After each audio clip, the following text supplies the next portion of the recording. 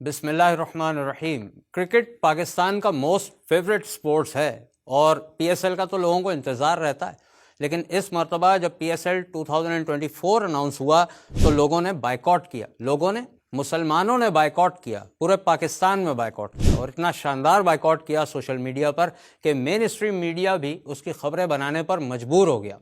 بات یہ تھی کہ ہم شاید اس چیز کو بھول گئے کہ پی ایس ایل کا بائیکاٹ کیا کیوں تھا۔ ہم نے اس لیے کیا تھا کہ کے ایف سی نے اسے اسپانسر کیا، اور ہم 7 اکتوبر سے جو قیامت غزہ پر، فلسطین پر اسرائیل نے توڑ رکھی ہے، اس کے بائیکاٹ میں جن کمپنیز کا بائیکاٹ کر رہے تھے اس میں کے ایف سی سر فہرست کمپنیز میں آتی ہے، کیونکہ یہ وہ امریکن کمپنی ہے جو فائدہ دیتی ہے امریکہ کو، جو اپنی ناجائز اولاد اسرائیل کو سپورٹ کرتا ہے اس جنگ میں۔ کس حد تک سپورٹ کرتا ہے کہ جب ابھی جنگ بندی کی بات ہوئی ہے تو وہاں پر تیسری مرتبہ ویٹو کیا ہے امریکہ نے اس چیز پر کہ جناب جنگ بندی نہیں ہونی چاہیے۔ اس کا کیا مطلب ہے؟ مطلب سیدھا سیدھا یہ ہے کہ اسرائیل ہماری ناجائز اولاد ہے، اس کو کھل کر اس بات کی اجازت ہونی چاہیے کہ وہ جتنا چاہے قتل عام کرے اور اس پر کوئی گرفت نہیں کی جائے گی، کوئی پکڑ نہیں کی جائے گی۔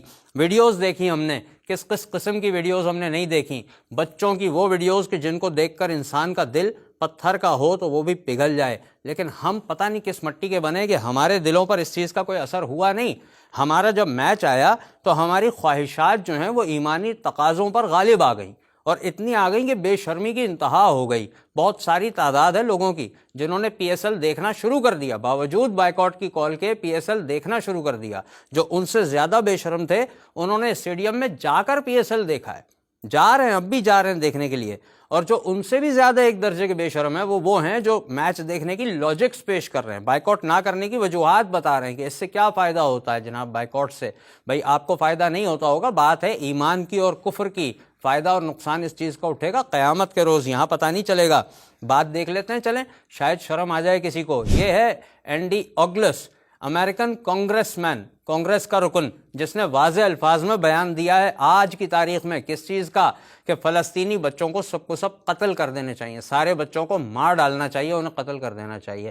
ان لوگوں سے اب کوئی پوچھنے والی آواز ہمارے پاس اٹھتی نظر نہیں آ رہی پاکستان میں، کہ کوئی پوچھے کہ تم لوگ تو ہیومن رائٹس کے گانے گاتے ہو اور تمہارے ساتھی یہاں پہ دیسی لبرل جتنے بھی چٹے بٹے بیٹھے ہیں، سیکولر لبرل طبقے کے، وہ سارے تمہاری آواز میں آواز ملاتے ہیں۔ اس وقت وہ سارے کے سارے کہاں غائب ہیں جب یہ بندہ اپنا منہ کھول کر یہ بکواس کر رہا ہے؟ اور یہ تو چلو بھیڑیے ہیں، قرآن نے ان کو ثابت کیا، ہمیں بتایا کہ یہود و نصارہ تمہارے دشمن ہیں۔ ہم تو شاہ سے زیادہ شاہ کے وفادار، اس سے بھی آگے نکل گئے۔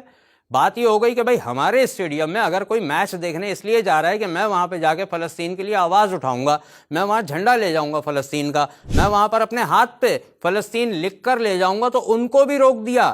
بھائی ہم کون سے ملک میں رہ رہے ہیں؟ یہ اسلامی جمہوریہ پاکستان ہے، یہ کوئی امریکستان ہے؟ یہاں پر سارا کا سارا حکم اور سارے نظریات ان کے چلنے لگیں گے؟ ہم لوگ ہیں کون؟ ہم اپنی اصلیت بھول گئے، اصل بھول گئے۔ دیکھیں ہمارا کام ہے کھول کر حق کو بیان کرنا۔ الحمدللہ پہلے دن سے شعور انسٹیٹیوٹ کی طرف سے ہم اپنا کام کر رہے ہیں کہ سوشل میڈیا پر آپ دیکھتے ہیں کہ ہم لوگ مسلسل غزہ کے بارے میں آواز بھی اٹھا رہے ہیں، اور ہم نے اس پر کام بھی کیا۔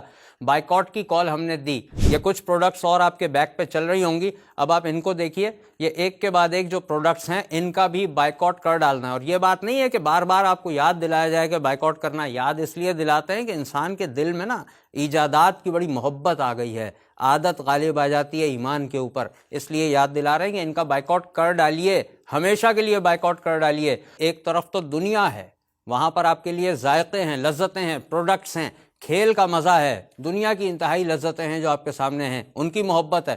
دوسری طرف آپ کے سامنے امت ہے، حضور علیہ الصلوۃ والسلام کی ذات اقدس ہے، کہ حضور اکرم صلی اللہ علیہ وآلہ وسلم نے ارشاد فرمایا کہ جس کا مفہوم ہے جو شخص جس سے محبت کرتا ہوگا قیامت کے روز اسی کے ساتھ اٹھے گا۔